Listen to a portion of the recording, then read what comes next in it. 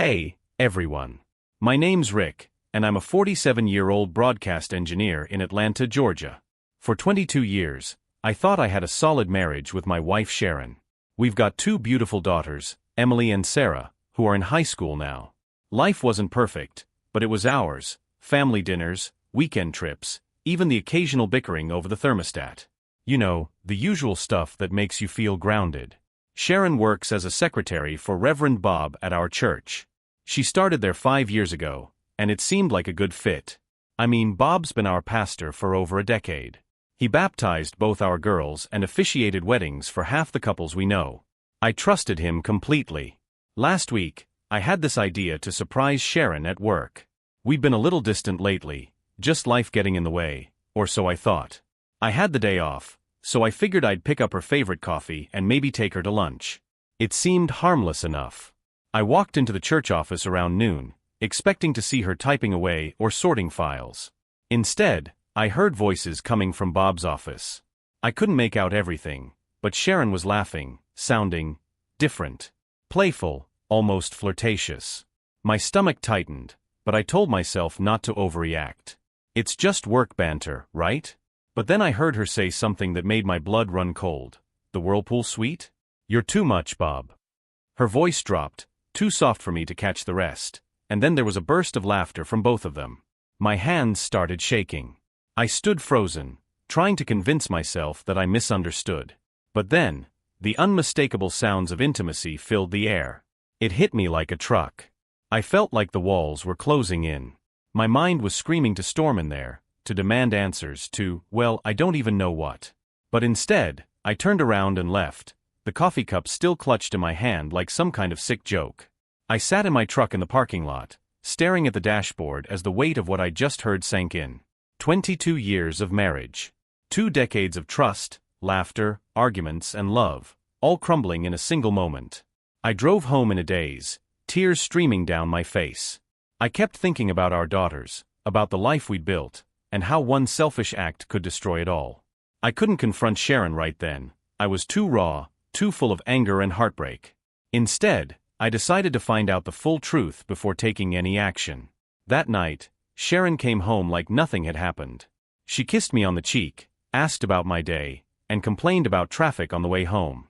It was surreal, watching her act so normal while my world was falling apart. I didn't sleep much that night. I lay awake, replaying the day in my head, trying to figure out when things started to go wrong. Was I too caught up in work? Did I miss the signs? Or was this just who Sharon had become? All I knew was that I couldn't let this slide. I needed answers, not just for myself, but for our daughters, for the life we'd built together. And if it turned out my instincts were right, Sharon and Bob would have to face the consequences. The day after overhearing Sharon and Reverend Bob, I started piecing things together. I wanted answers, but I also needed to stay calm, for my daughter's sake. Emily and Sarah didn't need to see their dad unraveling.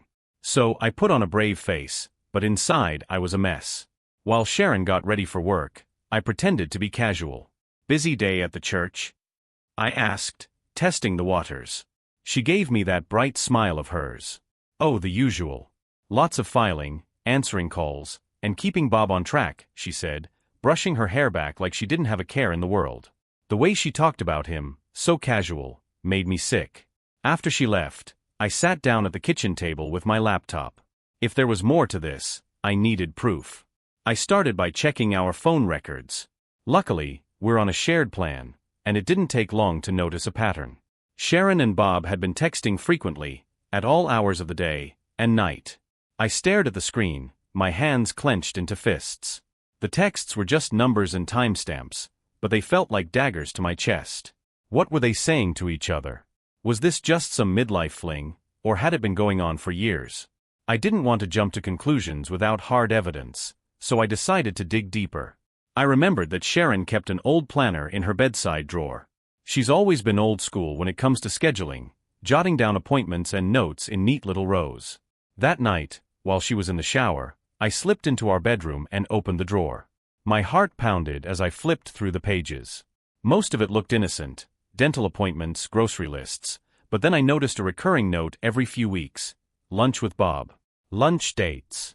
Every few weeks for who knows how long. Hearing the water shut off, I quickly put the planner back and hurried out. I felt like a thief in my own home, but I needed to know the truth. At dinner, Sharon was in a great mood, chatting about Emily's upcoming debate and Sarah's science fair project. It was all so normal, so painfully ordinary, and I hated her for it.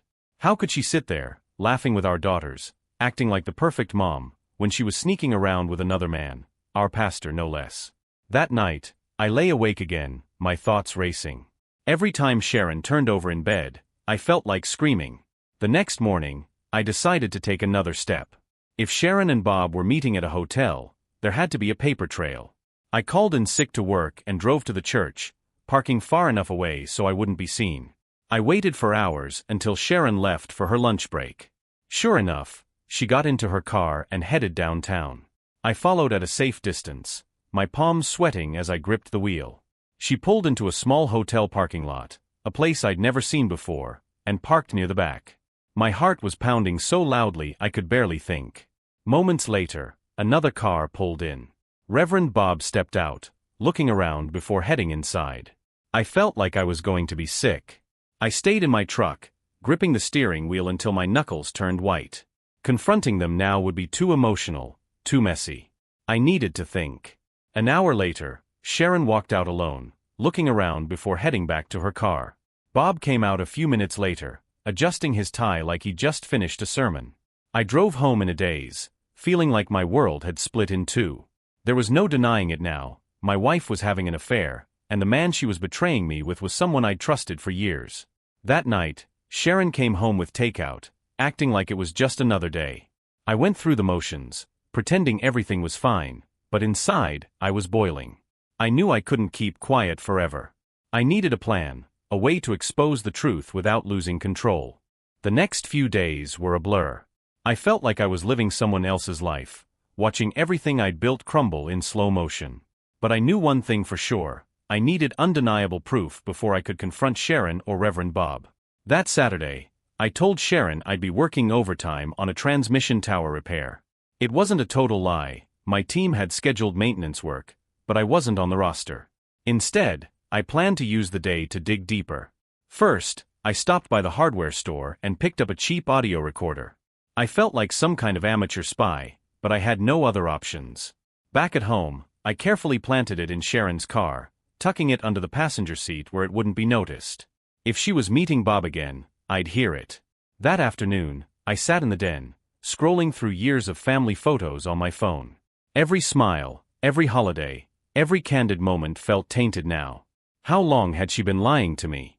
Was she even happy, or had this always been some elaborate facade? My thoughts were interrupted when Emily came in, holding a piece of paper. "Dad, can you sign this?" "It's for the debate club," she said, her tone casual. I smiled weakly and took the paper, scanning it quickly. "Of course, kiddo. You're going to do great," I said, ruffling her hair. She grinned, but her expression shifted as she looked at me more closely. "Are you okay, Dad? You seem, I don't know, tired." Her concern nearly broke me. "Just a lot of work lately, sweetheart," I lied. "Don't worry about me." After she left, I sat there for a long time, the weight of everything pressing down on me. My daughters deserved better than this mess. Sunday came, and as usual, we went to church. Sitting in the pews, I could hardly stand to look at Bob as he delivered his sermon about loyalty and faith. The hypocrisy was staggering. Sharon sat beside me, her hands folded neatly in her lap, nodding along as if nothing were wrong. That evening, after the girls went to bed, I retrieved the recorder from Sharon's car. My hands were shaking as I plugged it into my laptop and hit play. The first few minutes were just the hum of the engine and the radio. But then I heard her voice, and my chest tightened. "You think Rick suspects anything?" Sharon asked, her tone light but edged with concern. "Not a chance," Bob replied. "He's too busy with work to notice." "You're safe, Sharon." "Safe?" I clenched my fists so hard I thought my knuckles might crack. The recording continued, revealing their plans to meet at the same hotel next week. Sharon laughed, the sound cutting through me like a knife. That was it. I had my proof. But now came the hardest part, deciding what to do with it. Confronting them was inevitable, but I didn't want to blow up without a plan. I needed to protect Emily and Sarah from the fallout and make sure this didn't turn into a public spectacle. That night, I stayed up late, writing down everything I'd discovered so far. Phone records, the hotel visit, the recording, it all painted a clear picture of betrayal. But as much as I wanted justice, I also wanted answers. Why had Sharon done this? Was there something I'd missed, something I could have done differently? Or was this just who she had become? Lying in bed beside her, listening to her even breaths as she slept, I felt like I was standing on the edge of a cliff. Tomorrow, I'd take the next step, whatever that was. The next morning, I woke up with a strange sense of clarity. I had the proof, and I couldn't let Sharon keep walking all over me. But I also couldn't just blow up our lives without thinking it through. Emily and Sarah didn't deserve to get caught in the crossfire. After Sharon left for work, I made a call to my best friend, Mike. We've been close since college. He's the kind of guy who always tells it like it is. If anyone could help me figure out my next steps, it was him. "Rick, what's up, man? You sound tense," he said, his voice laced with concern. "I need to talk. Can I come by?" I asked. "Of course." "Doors open," he replied without hesitation. 20 minutes later, I was sitting in Mike's kitchen with a cup of coffee in hand. He listened as I told him everything, finding the texts, following Sharon, the recording. By the time I finished, his face was a mix of anger and disbelief. "Man, that's low. And with Reverend Bob? That's like double betrayal," he said, shaking his head. "What are you gonna do?" "I don't know," I admitted.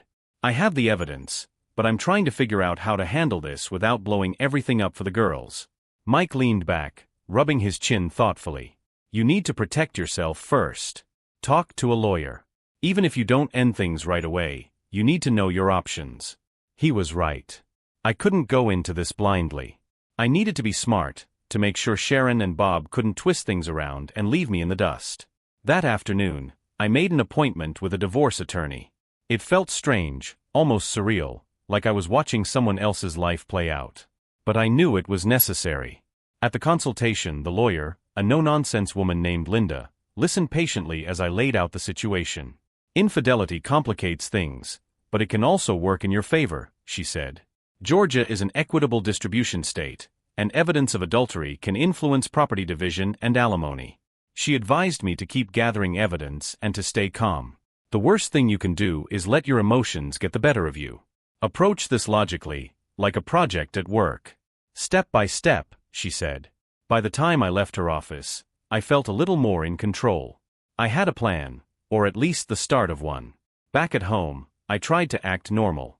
Sharon came in around 6 p.m., her usual cheery self, and kissed me on the cheek. "How was work?" I asked, forcing a smile. "Busy, as always," she replied. "Bob's planning the fall festival, so there's a lot to organize." I nodded, biting back a sarcastic comment. The fall festival, how perfect. As we sat down for dinner, Emily mentioned needing supplies for her debate tournament. "Mom, can you take me to the store tomorrow?" she asked. Sharon hesitated. "Actually, I have a lot going on at work. Maybe Dad can take you." I jumped in before Emily could look disappointed. "Of course, kiddo. We'll get whatever you need." Sharon shot me a grateful smile, like I was doing her a favor.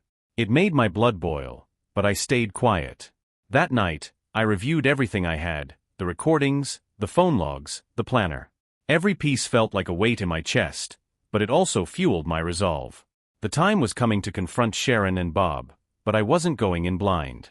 They might think they're in control, but I was done being the guy who just took it. By the time I woke up the next morning, my mind was set. I wasn't going to let this drag on any longer. Sharon and Reverend Bob thought they had the upper hand, but they were about to find out just how wrong they were. While Sharon was at work, I spent the day organizing my evidence. The phone records, the recording notes from the hotel, they were all laid out neatly on my laptop. I also wrote down a timeline of events to keep my head clear when the moment came. That afternoon, I called the church and asked to speak with Reverend Bob. "Rick. How are you, my friend?" he said warmly, his voice as smooth as ever. "I'm good, Bob. I wanted to talk to you about something important. Could you meet me at the church tomorrow morning?" I asked, keeping my tone neutral. "Of course," he replied without hesitation. "How's 10 a.m.? "Perfect," I said, trying not to let my anger seep through. Next, I called Sharon. "Hey hon," I said casually. "Any chance you could come home for lunch tomorrow? I have something I'd like to talk to you about." She hesitated for a moment. "Lunch? Sure, I can make that work. Everything okay?" "Yeah, just something on my mind," I replied. When she agreed, I hung up, feeling a strange mix of nerves and resolve. The stage was set. The next morning, I woke up early and took the girls to school. Emily was talking about her debate tournament, and Sarah was excited about her science fair project. It was a bittersweet reminder of why I needed to handle this carefully, for them. At 10 a.m., I arrived at the church. Bob greeted me with his usual charismatic smile. "Rick, what's on your mind, brother?" he asked, ushering me into his office. I didn't sit. Instead, I pulled out my phone and placed it on his desk. "We need to talk about Sharon," I said, my voice steady. His smile faltered, but he recovered quickly. "Sharon? Is everything all right?" "I know," I said simply. "I know about the texts, the hotel, all of it." For a moment, he looked stunned. Then his expression shifted to something colder, calculating. "Rick, I think there's been a misunderstanding." I cut him off. "Don't. Just don't. I heard you on the recording, Bob. I've seen the phone records. You don't get to lie your way out of this." He leaned back in his chair, his face pale. "What do you want?" he asked, his voice low. "I want you to resign," I said firmly. "Today. I won't go public with this, for the sake of the church, but you're done here." He opened his mouth to argue, but I held up a hand. "If you fight me on this, I'll make sure everyone knows exactly what kind of man you are. Do you understand?" After a long silence, he nodded. "I'll announce my resignation this Sunday," he said quietly. Satisfied, I left without another word. At noon, Sharon came home for lunch. She was smiling as she walked through the door, but the moment she saw my expression, the smile faded. "Rick? What's going on?" she asked, setting her purse on the counter. "Sit down," I said, motioning to the kitchen table. She hesitated but obeyed, her eyes darting nervously. "I know about you and Bob," I said, my voice calm but cold. "The texts, the hotel, everything." Her face went white, and for a moment, she didn't say anything. Then she tried to laugh it off. "Rick, what are you talking about? Bob and I are just friends." "Stop," I interrupted. "I have proof, Sharon. The phone records, the planner, the recording from your car. Do not insult me by pretending this isn't real." Her jaw dropped, and tears welled up in her eyes. I don't know what to say," she stammered. "Try the truth," I said sharply. And just like that, the floodgates opened. "I'm so sorry, Rick," she sobbed. "It was a mistake, a stupid mistake. It didn't mean anything. Please, you have to believe me." I stood there, watching her cry, feeling a strange sense of detachment. "I don't think I believe anything you say anymore, Sharon," I said quietly. Sharon's tears kept falling, but they didn't move me. For 22 years, I'd been her partner, her rock, and this was how she repaid me. "How long?" I asked, my voice steady despite the anger simmering beneath. She wiped her eyes, her hands trembling. "It's been a few months," she admitted, her voice barely above a whisper. "It didn't mean anything, Rick. I swear." I laughed bitterly. "Didn't mean anything? You risked our marriage, our family, for something that didn't mean anything." She reached for my hand, but I pulled away. "Rick, please," she begged. "I love you. I don't want to lose you." "Funny way of showing it," I shot back. For a moment, the room was silent except for her sniffles. I leaned back in my chair, running a hand through my hair. "Bob's resigning," I said finally. Her head snapped up. "What?" "I confronted him this morning. He's stepping down from the church. You won't have to worry about running into him anymore." Her eyes widened in panic. "Rick, that's going to cause a scandal. People will ask questions." "Let them," I said coldly. "I'm not protecting him, and I'm certainly not protecting you. You should have thought about the consequences before sneaking around with him." She looked like she was about to argue but stopped herself. "I haven't decided what to do about us yet," I continued. "But make no mistake, Sharon, things are never going back to how they were. You've destroyed that." Her face crumpled, and she started crying again. Part of me wanted to comfort her, to tell her everything would be okay. But I couldn't. Not after what she'd done. That evening, I made dinner for the girls while Sharon stayed locked in the bedroom. Emily noticed her absence right away. "Is Mom okay?" she asked, her brow furrowed. "She's not feeling well," I said, forcing a smile. Sarah chimed in, her voice small. "You and Mom aren't fighting, are you?" My chest tightened. "No, sweetheart," I lied. "Everything's fine." After they went to bed, Sharon came out and sat across from me at the dining table. Her eyes were puffy, and she looked like she hadn't slept in days. "I'll do whatever it takes to fix this," she said quietly. "Counseling, therapy, anything. Just don't give up on us, Rick. Please." I stared at her for a long time, trying to see the woman I'd married. But all I saw was a stranger. "I don't know if there's anything left to fix," I said finally. Her face crumpled, but I didn't wait for her response. I got up and went to the guest room, shutting the door behind me. The next few days were tense. Sharon tiptoed around the house, clearly trying to give me space, while I focused on work and the girls. I told Mike what had happened, and he offered to let me crash at his place if I needed it. "You're doing the right thing by staying calm," he said. "But don't let her manipulate you. Stick to your plan." I knew he was right, but it didn't make it any easier. Every time I saw Sharon, I felt a mix of anger, sadness, and confusion. How had we gotten here? On Friday, I got a call from the church's board of elders. They'd heard about Bob's resignation and wanted to know if I had any insight. "I think that's a question for Reverend Bob," I said, keeping my voice neutral. "Did something happen between him and Sharon?" one of them asked hesitantly. I paused, debating how much to say. "I'd rather not discuss my personal life," I said finally. "But I'd suggest you ask Bob about his reasons for stepping down." After hanging up, I felt a strange sense of satisfaction. Bob's actions were finally catching up to him. That night, Sharon tried again to talk.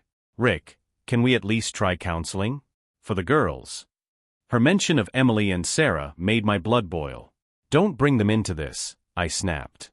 "You didn't think about them when you were sneaking around, so don't use them now to save face." She flinched, but I didn't care.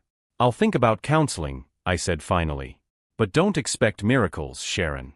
You've broken something that can't just be glued back together." The weekend passed in uneasy silence. Sharon tried her best to act normal around Emily and Sarah, but the strain was obvious. I kept my distance, focusing on the girls and work, while Sharon busied herself cleaning the house or hiding in the bedroom. On Sunday morning, we all went to church as usual. It felt strange, sitting in the pews, knowing what I knew. Sharon looked tense, glancing around as if expecting people to whisper about her. When the time came for announcements, Reverend Bob stood before the congregation, his usual confident demeanor noticeably absent. "It is with a heavy heart that I announce my resignation as your pastor," he began, his voice steady but lacking its usual charm. "This decision was not made lightly, but I believe it is in the best interest of this church and its future." There were gasps and murmurs throughout the room. Bob didn't offer any specifics, just vague statements about needing time to reflect and spend more time with his family. I couldn't help but notice Sharon's stiff posture and the way she avoided looking at me. After the service, people crowded around Bob, asking questions and expressing their disbelief. Sharon stayed close to me and the girls, her face pale as we navigated the crowd. "Rick." Sharon, one of the elders called out, hurrying toward us. It was Mr. Gaines, an older gentleman who'd been a member of the church for decades. "I just wanted to say I'm so sorry to see Reverend Bob step down. It's a real loss for the community," he said, shaking his head. "Indeed," I replied, keeping my tone neutral. Sharon nodded silently, her grip tightening on Emily's hand. As we walked to the car, Emily finally spoke up. "Why is Reverend Bob leaving?" she asked, her curious eyes darting between us. Sharon froze, clearly struggling to come up with an answer. "He needs time to take care of some personal matters," I said smoothly. "Sometimes people need a break, even pastors."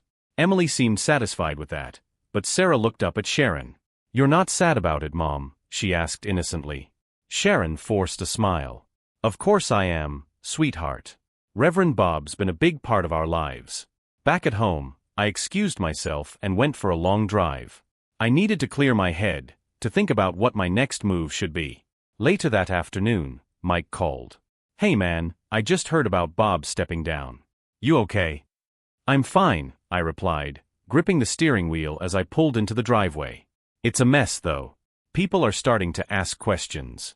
You want me to come over? We can grab a drink, blow off some steam, Mike offered. Thanks, but I think I need to handle this on my own for now, I said. That evening, Sharon tried to talk to me again. Rick, I know you're angry, but we need to figure out how to move forward, she said, her voice trembling. Move forward? Sharon, you blew up our marriage. What does moving forward even look like to you? She hesitated, then said, counseling. Starting fresh. Rebuilding trust. I laughed bitterly. Trust? You think a few therapy sessions are going to fix this? She didn't answer, just looked down at her hands. I'll think about it, I said, standing up. But don't mistake my patience for forgiveness. This isn't something I can just get over. The next morning, I got a call from Mr. Gaines. Rick, I hate to bother you, but I need to ask, did something happen between Sharon and Reverend Bob? His question caught me off guard, though I should have seen it coming. What makes you say that? I asked cautiously. There's been some talk among the elders, he admitted. Nothing concrete, but people are wondering if Bob's resignation was motivated. I sighed, debating how much to reveal. Mr. Gaines, I think it's best if you talk to Bob about his reasons. I'm not in a position to speak for him, or Sharon. He paused, then said, fair enough. But if you need anything, Rick, don't hesitate to reach out. Thank you, I replied, hanging up. The cracks in the facade were starting to show, and I knew it was only a matter of time before everything came crashing down. After Mr. Gaines's call, I knew the rumors would only grow.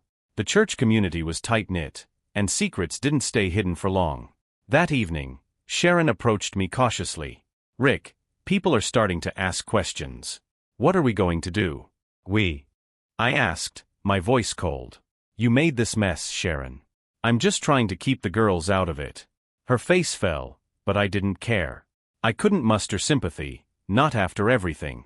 The next day, I overheard Emily talking to Sarah about how weird things felt at home. My heart sank. No matter how hard I tried to shield them, they were picking up on the tension. That night, Sharon brought up counseling again. It's not just for us, she said. It's for the girls too. They need stability.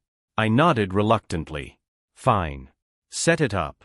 But don't expect me to pretend everything's okay. She looked relieved, but I wasn't doing it for her.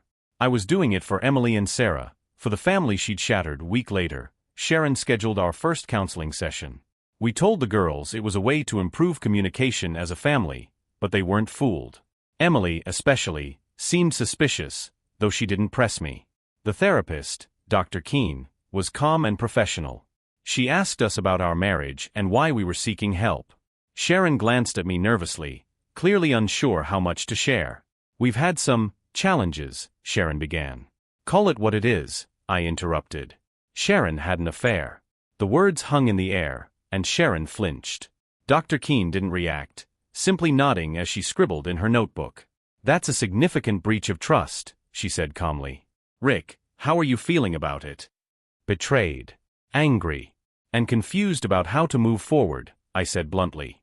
Dr. Keene turned to Sharon. What about you? Why do you think this happened? Sharon hesitated. I don't know. I made a terrible mistake. I wasn't thinking clearly. Her vague answer infuriated me, but I bit my tongue. The session ended with Dr. Keene assigning us homework, to write down what we wanted from the marriage moving forward. I wasn't sure I even wanted to stay, but I agreed to try. Back at home, Sharon tried to talk again. Rick, I'm doing everything I can to fix this. Can't you see that? I stared at her for a long moment. You're trying now, Sharon. But where was this effort when it mattered? She didn't have an answer. The tension at home was becoming harder to ignore, especially for Emily and Sarah. One evening, as I helped Emily with her debate prep, she put her pen down and looked at me. Dad, is something wrong with you and Mom? She asked bluntly. I froze for a moment, trying to gather my thoughts. Why do you ask that? You've been different lately. Quiet. And Mom seems sad, she said, her voice soft but probing. I sighed, feeling the weight of the truth pressing against my chest. Sometimes grown-ups go through tough times, Emily. But your mom and I are working on it. We both love you and Sarah very much. That will never change. She nodded slowly, but her expression told me she wasn't entirely convinced. Later that night, Sarah approached me while I was watching TV. She climbed onto the couch and leaned against me. "Mom said you're going to therapy because you're stressed. Are you okay?" Her innocence nearly broke me. "I'm okay, kiddo," I said, wrapping an arm around her. "Thanks for checking on me." As Sarah cuddled closer, I realized how much I needed to protect both of them from the truth. No matter how angry or hurt I felt, I couldn't let Sharon's betrayal take their sense of security away. That resolve gave me a renewed sense of purpose. I didn't know if our marriage could be saved, but I knew my daughters came first. The following week, I had a follow-up meeting with Linda, my attorney. The counseling sessions were draining, and while I wasn't ready to call it quits just yet, I needed to be prepared for any outcome. Linda reviewed the evidence I'd gathered, phone records, the recording, and notes about the hotel meetings. She was thorough, asking questions and explaining how each piece might factor into a divorce case. "With this evidence, you're in a strong position," she said. "Especially if you decide to pursue custody of your daughters. Judges don't look kindly on infidelity, particularly when it involves someone in a position of trust, like your pastor." Hearing that was both reassuring and sobering. As much as I hated the idea of breaking up our family, I couldn't ignore the possibility that Sharon's actions might make it inevitable. Linda gave me clear instructions: keep documenting everything, maintain composure, and avoid doing anything rash. "If you confront her in anger, it could be used against you later," she warned. As I drove home, I thought about what Linda had said. I didn't want to weaponize Sharon's mistakes, but I also wasn't going to let her off the hook. That evening, I sat Sharon down after the girls went to bed. "I met with a lawyer today," I said bluntly. Her face went pale. "Rick, you can't be serious. I thought we were working on this." "I'm serious about protecting myself and the girls," I replied. "Counseling doesn't erase what you did, Sharon. It's a long road, and right now, I don't know if we can make it." Tears welled up in her eyes, but I didn't back down. "I need time, Sharon. And you need to prove that you're willing to fix this, not just for me, but for our family." The morning after our conversation, Sharon approached me in the kitchen. Her face was drawn, her eyes red from what I assumed was another sleepless night. "Rick," she began hesitantly, "there's more I need to tell you." I stopped pouring my coffee and turned to face her. "Go on." She took a deep breath, her hands twisting nervously. "It wasn't just a fling. Bob and we had feelings for each other." Her words hit me like a punch to the gut. I had braced myself for every possibility, but hearing her admit emotional involvement stung in a way I hadn't expected. "Feelings?" I repeated, my voice low. "You mean to tell me you risked our marriage and family for what? Love?" She shook her head quickly. "No, it wasn't love. It was, I don't know, a connection. I felt seen, Rick. And I know that's no excuse, but I need you to understand." "Understand?" I interrupted, my voice rising. "You want me to understand why you betrayed me? Why you betrayed us?" Tears streamed down her face, but I couldn't stop. "I've been here, Sharon. For 22 years, I've been here. Working, providing, being a father, a husband. And you felt seen by him? That's your justification." She sobbed openly now, but I didn't care. I walked out of the room, needing air before I said something I'd regret. That evening, I found a note on my nightstand. Sharon had written pages of apologies, explanations, and pleas for forgiveness. She claimed the affair was over, that she regretted everything, and that she'd do anything to rebuild my trust. I crumpled the note and threw it in the trash. Words weren't going to fix this. The next counseling session was tense. Dr. Keene asked Sharon to expand on why the affair happened. "I felt disconnected from Rick," she admitted. "Like we were just coexisting. Bob offered me attention, and I made a horrible mistake. I know that now. And do you feel any responsibility for that disconnect?" Dr. Keene asked. Sharon hesitated. "Yes," she said finally. "But it wasn't just me. Rick worked long hours, and we didn't spend as much time together. It felt like we were drifting apart." Her words stung, but I stayed quiet. Dr. Keene turned to me. "Rick, how do you feel about what Sharon shared?" "I feel like it's a convenient excuse," I said evenly. "Marriages have ups and downs. That doesn't give anyone permission to cheat." Dr. Keene nodded. "You're absolutely right. Sharon, Rebuilding trust means taking full accountability. Are you ready to do that? Sharon nodded tearfully, but I wasn't convinced. Actions would speak louder than words. Despite my efforts to shield Emily and Sarah, the cracks in our family life were becoming impossible to hide. One evening, as we sat down for dinner, Emily spoke up, her voice steady but tinged with worry. "Mom, Dad, what's going on?" she asked, glancing between us. Sharon and I exchanged a look, and for a moment, neither of us spoke. Finally, I set my fork down and took a deep breath. "Emily, Sarah, your mom and I are going through some challenges right now," I said carefully. "But we're working on it." Emily wasn't satisfied. "What kind of challenges? Is it serious?" Sharon wiped her hands on her napkin, clearly struggling to hold herself together. "It's serious, honey," she admitted softly. "But we both love you and Sarah very much, and we're doing everything we can to make things better." Sarah's eyes filled with tears. "Are you getting divorced?" The question hit me like a ton of bricks. "We don't know yet," I said honestly. "But no matter what happens, you'll always have both of us in your lives." Sarah burst into tears and ran to her room. Emily stayed, her expression shifting from worry to anger. "What happened?" she demanded, looking at me. "Did someone do something?" I hesitated, not wanting to burden her with the details. "It's complicated," I said. "But this is between your mom and me. You don't need to worry about it." Emily stood abruptly. "If it's about us, we deserve to know," she said before following Sarah upstairs. After they left, Sharon broke down. "Rick, I'm so sorry," she sobbed. "This is tearing them apart." "It's tearing them apart because of what you did, Sharon," I said coldly. "Don't act like this is just happening to you." That night, I checked on the girls. Sarah was already asleep, but Emily was sitting up, her arms crossed tightly over her chest. "Emily," I said softly, sitting on the edge of her bed. "Is it because of Mom?" she asked bluntly. I hesitated, then nodded. "Your mom made some mistakes," I said. "Big ones. But she loves you and your sister more than anything." "We both do." Emily didn't respond, but her jaw tightened. I left her room feeling like I'd let her down, unable to shield her from the fallout. The next day, Emily avoided Sharon entirely, speaking only to me and Sarah. I didn't intervene. If Sharon wanted to repair her relationship with the girls, that was on her. For the first time, I realized that the damage Sharon had caused extended far beyond our marriage. The following days were tense, the atmosphere at home so heavy it felt like everyone was holding their breath. Emily barely spoke to Sharon, and Sarah, though more forgiving, seemed to be walking on eggshells around both of us. Every glance, every word exchanged felt loaded, as though a single wrong step might shatter what little remained of our family dynamic. One evening, Sharon tried to bridge the gap. She knocked gently on Emily's door, her voice soft as she asked to come in. Emily, ever defiant, didn't respond.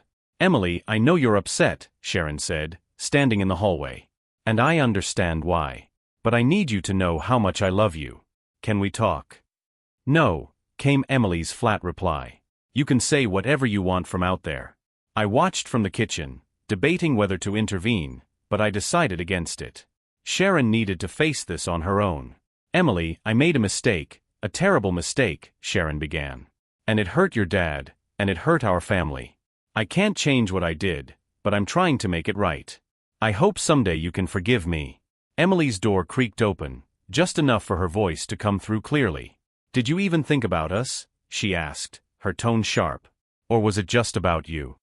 Sharon flinched visibly, even from where I stood. "Of course I thought about you. I thought about all of you. You just didn't care enough to stop yourself," Emily cut in, slamming the door shut. Sharon stood there for a moment, her head bowed, before retreating to the bedroom.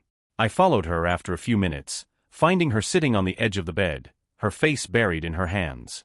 "She hates me," Sharon whispered. "She doesn't hate you," I said, though the words felt hollow. "She's hurt. We all are." Sharon looked up at me, her eyes red and puffy. "What do I do, Rick? How do I fix this?" I leaned against the doorframe, crossing my arms. "You start by proving you're sorry, not just saying it. The girls need to see that you're willing to put in the work to earn their trust back." "And you?" she asked hesitantly. "Can I earn your trust back?" I didn't answer right away. "I don't know, Sharon. Right now, I'm just trying to get through each day. The next morning, I took the girls out for breakfast. Sharon stayed home, sensing that her presence would only make things worse. At the diner, Sarah chatted happily about her science project, but Emily was quieter than usual, pushing her food around on her plate. "Emily," I said gently. "You okay?" She shrugged. "Not really." I waited, giving her space to open up. After a moment, she looked up at me, her eyes filled with anger and hurt. "Why are you still here, Dad?" she asked bluntly. Her question caught me off guard. "What do you mean?" "With Mom," she said, her voice trembling. "After what she did, how can you even look at her?" I sighed, setting my fork down. "It's complicated, Em. I'm here because of you and Sarah. Because I don't want this to hurt you any more than it already has. But it's not fair," she said, her voice rising. "She gets to ruin everything, and we're just supposed to act like it's okay?" "It's not okay," I said firmly. "And it's not something we're going to pretend didn't happen. But walking away isn't as simple as it sounds. Families are messy, and people make mistakes. Big ones. I'm trying to figure out what's best for all of us." Emily nodded, but her expression remained stormy. "I just don't know if I can forgive her." "That's okay," I said. "Take your time. No one's asking you to forgive her overnight." Sarah, who had been quietly listening, reached over and took Emily's hand. "I don't like what Mom did either," she said softly. "But I think she's really sorry." Emily didn't respond, but she squeezed Sarah's hand before turning back to her breakfast. When we got home, Sharon was waiting in the living room. She looked nervous, her hands fidgeting with the hem of her sweater. "How was breakfast?" she asked, her voice tentative. "Fine," Emily said curtly, brushing past her to go upstairs. Sarah stayed behind, giving Sharon a quick hug before following her sister. Sharon turned to me, her face etched with worry. "Did they say anything?" "They're struggling," I said honestly. "Emily especially. She's angry, and she has every right to be." Sharon nodded, tears brimming in her eyes. "I just want them to know how much I love them." "They'll see it in your actions, Sharon," I said. "Words only go so far." That night, I lay awake, staring at the ceiling. The strain of the past few weeks was taking its toll, and I felt like I was running on empty. I thought about Emily's question, "Why are you still here?" It echoed in my mind, forcing me to confront my own doubts and fears. Was staying the right choice? Or was it just delaying the inevitable? The next morning I woke up early, the weight of everything pressing heavily on my chest. Emily's words from the diner echoed in my mind. "Why are you still here?" It was a question I couldn't escape anymore. I got dressed quietly, careful not to wake Sharon, and went to the kitchen to make coffee. As I sat at the table, staring into my mug, I knew the time had come to make a decision. Around mid-morning, Sharon came downstairs. She hesitated when she saw me, as though she could sense the gravity of the moment. "Rick," she asked softly. I gestured for her to sit. She took the chair across from me, her hands folded tightly in her lap.